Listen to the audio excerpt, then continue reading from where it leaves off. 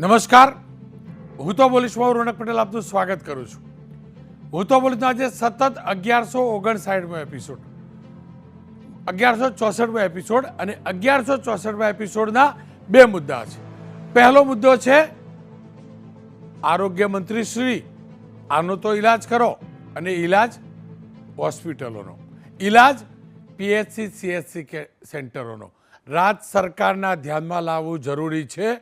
ગ્રામીણ અને નાના શહેરોની પીએચસી સીએચસીની જે હાલત છે ને, એ મુદ્દે બોલવું છે, ધ્યાનમાં લાવડાવવું છે.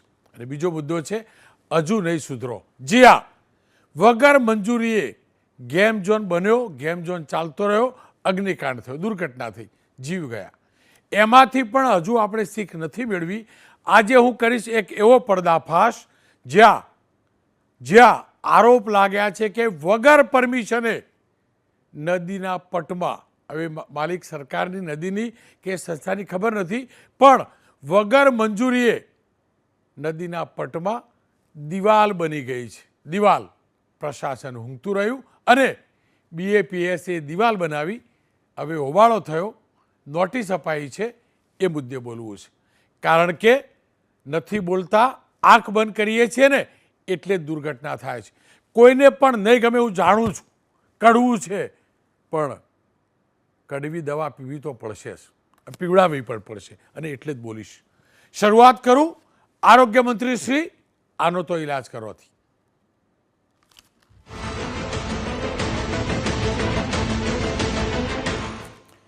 આરોગ્ય ક્ષેત્રે જબરજસ્ત હરણફાળ આપણે ભરી છે.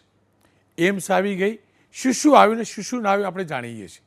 પણ આ તમામની વચ્ચે એમ્સ આવી બરાબર, રાજકોટમાં એમ્સ બનશે, ડેવલપ તો બરાબર, પણ આપણે જાણીએ છીએ આપણી સિવિલ હોસ્પિટલોની હાલત છે શું. આપણા નાના શહેરોના સીએચસી સેન્ટર, પીએચસી સેન્ટર, ગ્રામીણ વિસ્તારની હાલત છે શું, નથી જાણતા ને. સારી વાત એ છે અધિકારીઓ અત્યાર સુધી લાપરવાહ હતા, પરંતુ હવે મારા ગુજરાતના ધારાસભ્યો જાગ્યા છે. લોકસભાની ચૂંટણી પત્યા પછી હવે ફરતા થયા છે, હોસ્પિટલોમાં જતા થયા છે, અને એમના જ દ્રશ્યો લઈને આવતા થયા છે. 3-4 દ્રશ્યો જોજો. આ સંખેડાનું સામૂહિક આરોગ્ય કેન્દ્ર છે, બીજું જંબુસર સબ ડિસ્ટ્રિક્ટ હોસ્પિટલ છે, ત્રીજું હિંમતનગર સિવિલ હોસ્પિટલ છે, અને ચોથી ગોધરા સિવિલ હોસ્પિટલ છે. આપણે વાત પહેલાં કરી લઈએ જંબુસરની. તો જંબુસરના ધારાસભ્ય ડીકે સ્વામી, એમને સબ ડિસ્ટ્રિક્ટ હોસ્પિટલની ઓચિંતી મુલાકાત લીધી, અને સબ ડિસ્ટ્રિક્ટ હોસ્પિટલમાં કેટલાક તબીબો અને કર્મચારીઓ ગેરહાજર હતા.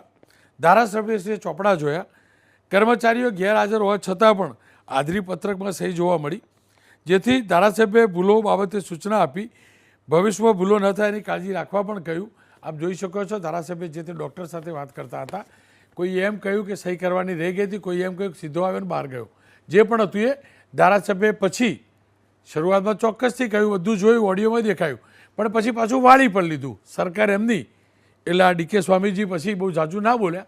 હવે સારું હશે નહીં બોલ્યા હોય તો વાંધો નહીં, પણ એ રજિસ્ટરમાં ખોટી સહીઓ થઈ હોય અને સાચવતા હોય તો એ જાણે, ભગવાન જાણે. કારણ કે સ્વામીજીને મારા તમારા કરતાં માથે ભગવાન રાખીને વધુ કામ કરવાની આદત તો હશે જ, ટેવ હશે જ.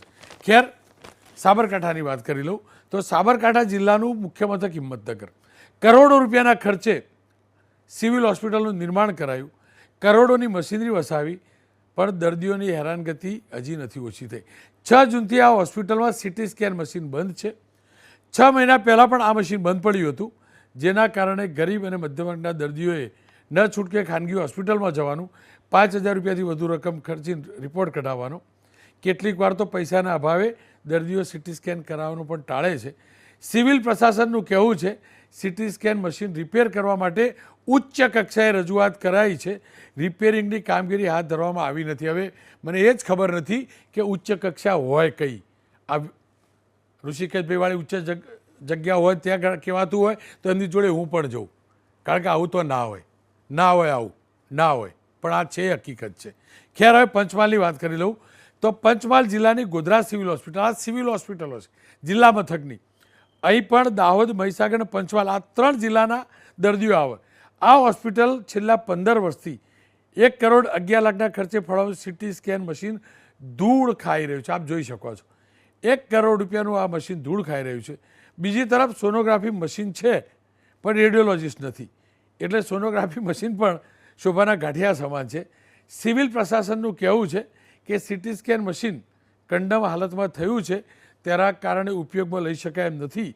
નવા સીટી સ્કેન મશીન માટે દરખાસ્ત કરવામાં આવી છે. એટલું જ નહીં, છેલ્લા કેટલાક સમયથી અડકવાની રસીનો પણ અભાવ છે. શ્વાન કરડવાના ડોગ બાઇટ તો કેટલું એ શહેરોમાં સુધી આપણે જાણીએ છીએ. અનેક દર્દીઓ આવે છે, રસી મળતી નથી અને છેલ્લે એમને વડોદરા સુધી જવું પડે છે. અહીંયા અંદાજિત મહિને 100થી વધુ શ્વાન કરડવાના દર્દીઓ આવે છે. ખેર, આ સ્થિતિ છે સિવિલ હોસ્પિટલોની. 3 જિલ્લાની આપણે જોઈ લીધી. હવે છોટાઉદેપુરનું સામૂહિક આરોગ્ય કેન્દ્ર નસવાડીનું આપ જોજો. અહીંયા આ વિસ્તારના ધારાસભ્ય જાતે ગયા. અભયસિંહ તડવી, ભારતીય જનતા પક્ષના, કોંગ્રેસના નહીં, એ જાતે ગયા અને એમને ત્યાં જોયું તો અનેક મશીનો બંધ હતા. હોસ્પિટલમાં દવાથી લઈ ઇન્જેક્શનનો અભાવ હતો. સીબીસી મશીન, સોનોગ્રાફી મશીન દવાખાનામાં છે નહીં. બ્લડ ટેસ્ટ માટેનું મશીન 2 વર્ષથી બંધ હાલતમાં છે. 6 મહિનાથી નવું એક્સરે મશીન જે લાવેલા એ પણ ધૂળ ખાતી સ્થિતિમાં છે. આ બાજુમાં કેટલી સ્વચ્છતા છે તો આપણે જોયું જ. ધારાસભ્યએ જાતે જ અહીંયા સાફ સફાઈ કરી. એ પણ મારી ટીમને કહીશ કે દ્રશ્યો પ્લે કરીશું. સીટી સ્કેન મશીન અને બાકીના મશીન ઉપર ખુદ ઝાડુ લઈને અભયસિંહ તાડવી સાફ સફાઈ કરતા હતા, એવા પણ દ્રશ્યો આવેલા છે. દવાના અભાવે દર્દીઓને ખાનગી મેડિકલ સ્ટોરમાંથી દવા લેવી પડે છે. આરોગ્ય કેન્દ્રમાં દર્દીઓ માટે કોઈ સુવિધાનું ધ્યાન આપવામાં આવતું નથી. ખુદ ધારાસભ્યએ અધિકારીઓને ફોન કર્યો. આપ જુઓ, આ જોઈ લો, આ ધારાસભ્ય સાહેબ મશીન સાફ કરવા લાગી રહ્યા છે. આ ડૉક્ટર સાહેબને નહીં થતું હોય ને આ સરકારી વિભાગ ઋષિકેશભાઈનો જે લાગતો હશે, જે બધું સપ્લાય કરતો હશે, એમને પણ નહીં પડી હોય કે શું હાલત છે. આ છે આપણું ગુજરાતનું આરોગ્ય વિભાગ. આ છે આરોગ્ય વિભાગની બીમારી. આ છે આરોગ્ય વિભાગની હોસ્પિટલોની ગંદકી. અને આ બધું ના દેખાતું હોય તો ઋષિકેશભાઈ, તમે ને હું જાતે પ્રવાસ કરીએ એક સાથે અને તમને બતાવું, ક્યાંક શ્વાન જાય, ક્યાંક ગાય જાય, આ બધું તો ઠીક, પણ હવે આ બધા મશીનો તો ચાલુ કરવાનો કોઈક દિવસ તો રાખો. એક દિવસ તો રાખો આના માટે, એક દિવસ તો રાખો. અને આ નાના નાના વિસ્તારની શું સ્થિતિ. અને મારું નામ માનશો, અભયસિંહ તડવી સાહેબ ત્યાં ગયા ને, એમને શું વાત કરી, કેવો સંવાદ કર્યો જોઈ લો. કલેક્ટર સાહેબ જોડે પણ મેં વાત કરી છે હમણાં, બરાબર? તો હા, એટલે આવી વ્યવસ્થાનો અભાવ છે એ તાત્કાલિક થવી જોઈએ. તમે જાતે તમે વાત કરો, તમે એની મુલાકાત લો અને બધું જુઓ. ભાઈ, જમવાનું ના મળે કેટલા અંશે વ્યાજબી છે, બરાબર? આવી તમારે કરેલી તો એને માટે, બરાબર? હવે જેને આર્મી કરતા પણ તમારે જોવું જોઈએ. તમે મુલાકાત લો, તમે લેતા નથી. મુલાકાત લઈને વિષય કરો. ભાઈ, આખા નસવાડી તાલુકાનું આ મુખ્ય મથક છે અને ગરીબ લોકો બધા અહીં આવે છે. અકસ્માતના કેસો થતા હોય, પીએમ કરવાનું હોય, ડિલિવરીના કેસો આવતા હોય, એને જમવાનું મળતું નથી. આ બધું આપણે જોવું જોઈએ ભાઈ, બરાબર? હા, ખેર, આ સ્થિતિ છે એટલે લાગ્યું કે સરકાર સુધી આ વાત પહોંચાડવી જોઈએ. ડૉક્ટર હેમાંગભાઈ વસાવડા, નેતા કોંગ્રેસ, કમલેશભાઈ રાજગોર અને અભય તડવીને તો આપણે જોયા જ. ડૉક્ટર સાહેબ, કમલેશભાઈ સાહેબ, આ સ્થિતિ છે આપણા ગુજરાતની. આપણે બધા તો અમદાવાદ જઈએ, રાજકોટવાળા એમ્સ નવી આવી ગઈ, સુરતવાળા સ્મીમેરમાં જાય. જો કે એ વાત અલગ છે કે ત્યાં ડૉક્ટરો દારૂ પીતા હોય, ત્યાં ડૉક્ટરીઓ થાઈલેન્ડની છોકરીઓ લાઈને જલસા કરતા હોય હોસ્ટેલમાં, બરાબર? આ બધું પછી મીડિયા બતાવ, પછી કાર્યવાહી થાય, વાત અલગ છે. છતાં પણ એ મોટા શહેરના લોકો તો આ બધું કરાવડાવી લે ટ્રીટમેન્ટ. આ નાના જિલ્લાના મથક, CSC મથક, કંઈક તો ધ્યાન હોય કે નહીં સાહેબ? કંઈક તો ધ્યાન હોય કે નહીં? મશીન સળે, ઉધેવ ખાય, આવું તો થોડું ચાલતું હશે.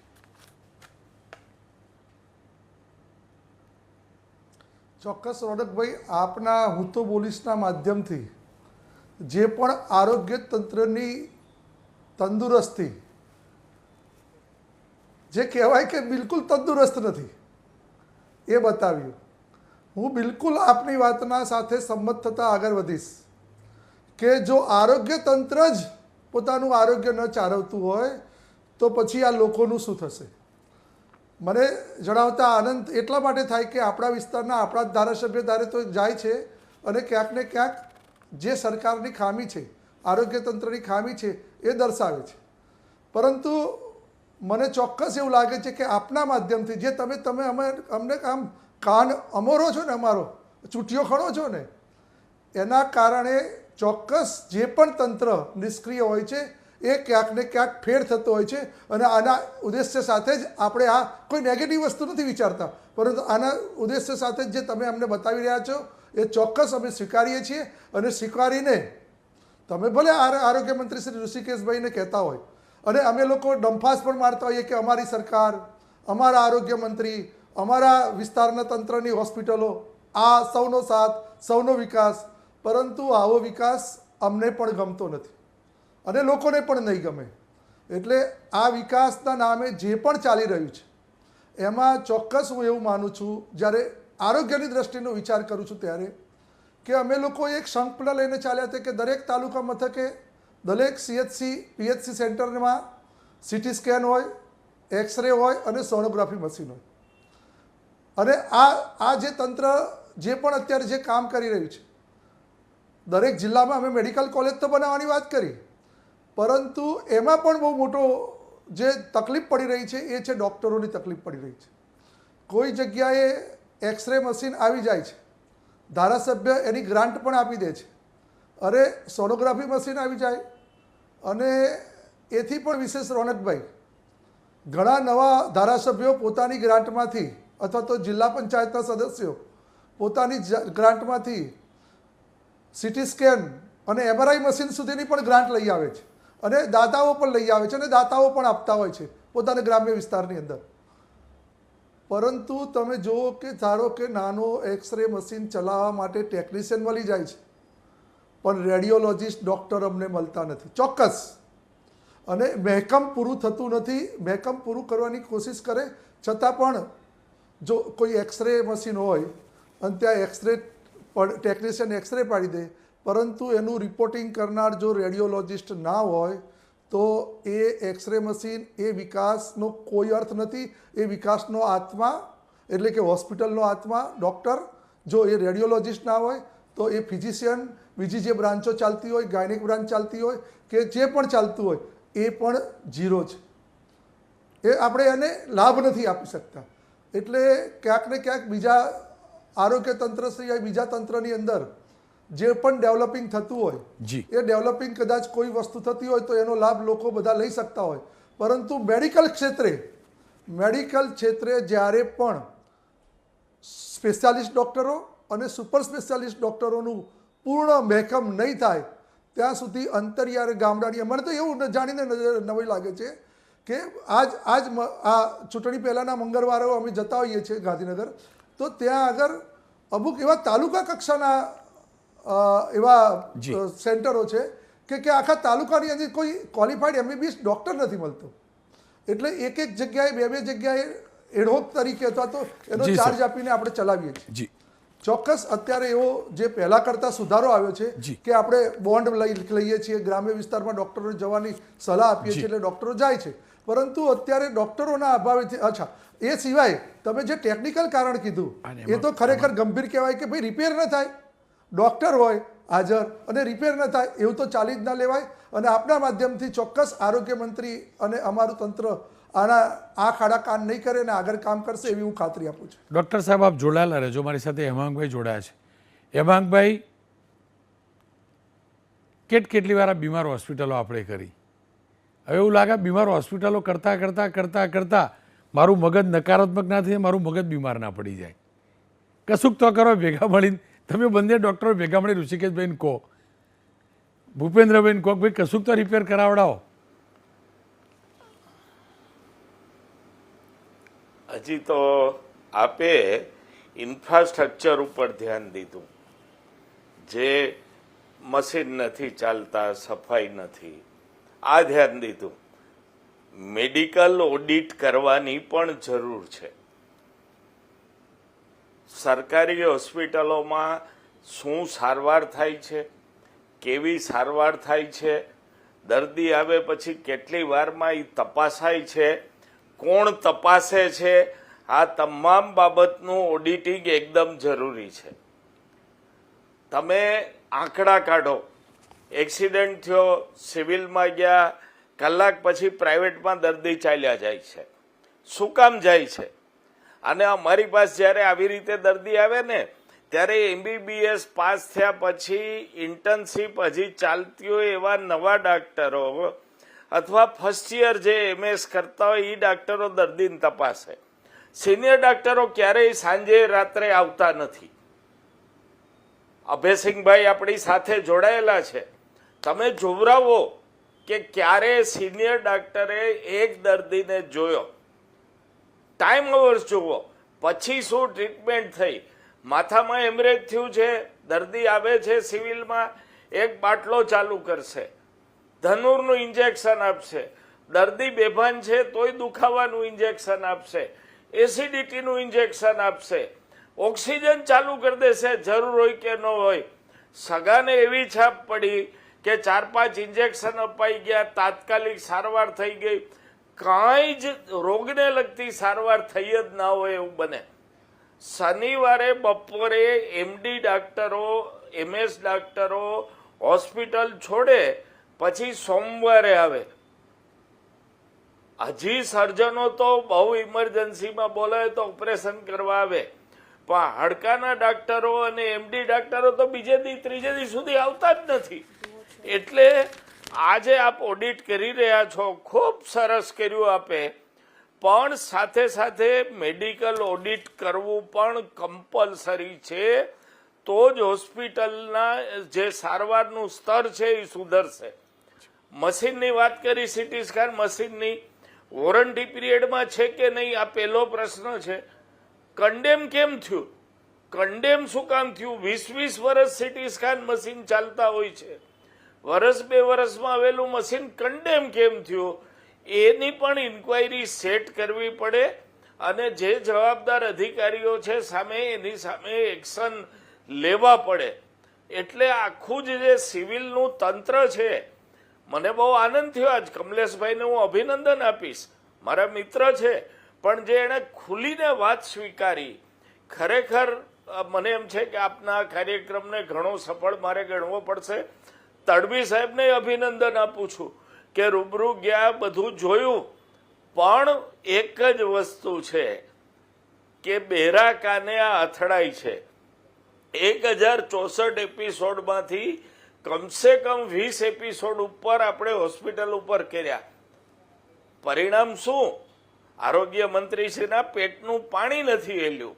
એટલે હજી વધારે આપણે જનૂનથી બહાર આવવાની જરૂર છે, અવાજ જગાડવાની જરૂર છે.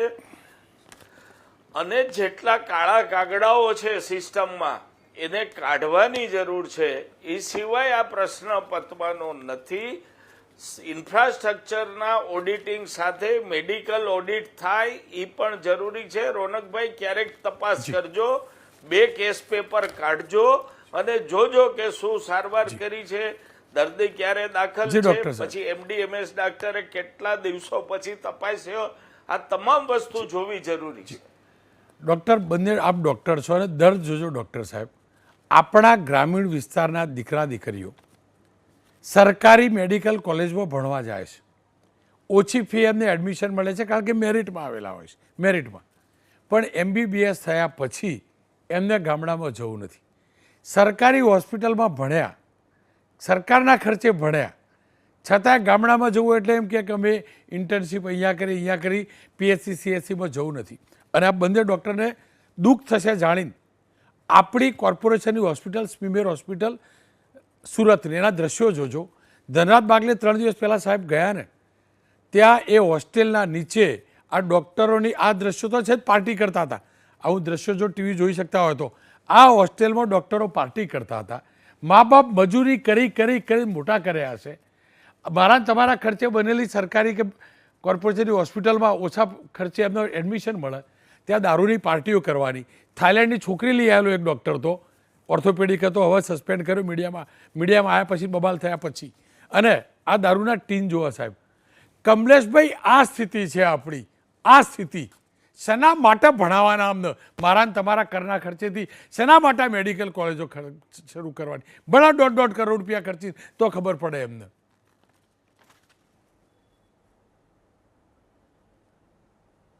ચોક્કસ રોનકભાઈ, આ જોઈને આપણને દુઃખ થાય. અને આના કરતાં પણ વધારે જે મા બાપો પોતાના દીકરાને ડૉક્ટર બનાવવાના, ધારો કે મારા જ બંને દીકરાઓ ડૉક્ટર છે અને બધે સરકારી કોલેજની અંદર સરકારી ફીમાં ભણેલા છે, અને પણ અત્યારે શું થાય છે કે સામાન્ય MBBS ડૉક્ટર પણ, જેમ વસાવડા સાહેબે કીધું કે સામાન્ય MBBS ડૉક્ટરનું મહત્ત્વ ઘટી ગયું છે, જનરલ પ્રેક્ટિસ કરતા ડૉક્ટરોનું પણ મહત્ત્વ ઘટી ગયું છે. અને બધા જ લોકો MD હોય તો જ એનું નિદાન કરી શકે, MS હોય તો જ આ વસ્તુ કરી શકે. અને સુપર સ્પેશિયાલિસ્ટ ડૉક્ટરો, પ્લાસ્ટિક સર્જન મારો દીકરો છે તો એ જોવે તો જ હવે એની સારવાર થાય, નાના સ્ટીચ પણ એ લે. તો આ જે ટ્રેન્ડ થયો છે એ ખરેખર બહુ ગંભીર ટ્રેન્ડ છે. ગ્રામ્ય વિસ્તારની અંદર દરેક જગ્યાએ સુપર સ્પેશિયાલિસ્ટ ડૉક્ટરો પહોંચાડવા શક્ય નથી, અને આ શક્ય પણ ન બને. એક સુપર સ્પેશિયાલિસ્ટ ડૉક્ટર 13, 14 વર્ષ, 15 વર્ષે એ ક્વોલિફાઈડ થાય, તો એ અત્યારે શક્ય નથી. અને એ ચોક્કસ આપણે અત્યારે મેડિકલ કોલેજો વધારી છે, સ્ટુડન્ટની સંખ્યા પણ વધારી છે. જે 10 વર્ષ પહેલાં હતા એના કરતાં અત્યારે ઘણું ઇન્ફ્રાસ્ટ્રક્ચરો ચેન્જ થયા છે, પરંતુ ડૉક્ટર તો એમાં હોવો જોઈએ. ક્વોલિફાઈડ ડૉક્ટર જે MBBSને પૂરેપૂરી સત્તા મળવી હતી પહેલાં, એ અત્યારે મળતી નથી. અને એ જે સત્તા નથી મળતી એના કારણે ક્યાંક ને ક્યાંક જો સુપર સ્પેશિયાલિસ્ટ અથવા સ્પેશિયાલિસ્ટ ડૉક્ટરોની મહેકમ ભરાય તો જ એ દર્દીની ટ્રીટમેન્ટ થાય. ત્યાં સુધી રાહ જોવાની અને ત્યાં સુધી ડિલે થાય એની ટ્રીટમેન્ટ. આ જે ટ્રેન્ડ છે એ બહુ ખરાબ છે. રાજગોર સાહેબ અને વસાવડા સાહેબ બંનેના દ્રશ્યો બતાવું. 15-20 દિવસ પહેલાંના દ્રશ્યો, જ્યારે જબરજસ્ત ગરમી હતી ને, આ સુપ્રિન્ટેન્ડન્ટો બધા જે વહીવટ કરે છે હોસ્પિટલોના કેવા કરે છે. રાજકોટની હોસ્પિટલમાં જ આ તો પડદા લાગ્યા, અમે લગાવડાયા. હું ફરીથી કહું છું, પરાક્રમસિંહ જાડેજા સહિત રાજકોટનું મીડિયા સતર્ક થયું અને એટલે બારી બારણાના પડદા બી લાગ્યા. રાજગોર સાહેબ જોજો, આ સ્થિતિ જોજો, આ સ્થિતિ જોજો. અને જે એજન્સી હોય ને એમને ખરેખર મારાથી કહેવાય નહીં, પણ ન કહી શકું કાને સાંભળવા પૂરતું બરાબર, બીજું ના બોલી શકું. પડદા લગાડે નહીં, દર્દીઓ સાહેબ ઘેરથી પંખા લઈ લઈને જાય અને સુપ્રિન્ટેન્ડન્ટ એન્જિનિયરના માફ કરજો, સુપ્રિન્ટેન્ડન્ટ ડૉક્ટર સાહેબના ચેમ્બરમાં 3 AC. રાજગોર સાહેબ, આ અંધેર છે કે નહીં મને કહો, આ અંધેર છે કે નહીં, આ અંધેર છે કે નહીં કહો. અને પાછું જોજો, હું કેમ કહું છું રાજગોર સાહેબ, એટલે હું તમને કહું છું રાજગોર સાહેબ જો તો ખરા, રાજગોર સાહેબ કારણે તંત્રમાં અમે નેગેટિવ લેતા જ નથી તમારું સાહેબ. પણ એમને રાજગોર સાહેબ સ્થિતિ જોજો, પડદા નથી લગાવતા, પડદા ના લગાવી કશું ના કર્યું. પરાક્રમસિંહે લાઈવ કર્યું, બીજી ચેનલોવાળા લાઈવ કર્યું અને અડધા કલાકમાં પડદા લાગી ગયા. એનો મતલબ પડદા હતા, ગરમીમાં દર્દીઓ તપતા હતા, પડદા હતા, પણ આ નફ્ફટ સ્ટાફને લગાવવા પણ નહોતા. આ સ્થિતિ છે ડૉક્ટર સાહેબ, આ સ્થિતિ આપણી ગુજરાતની.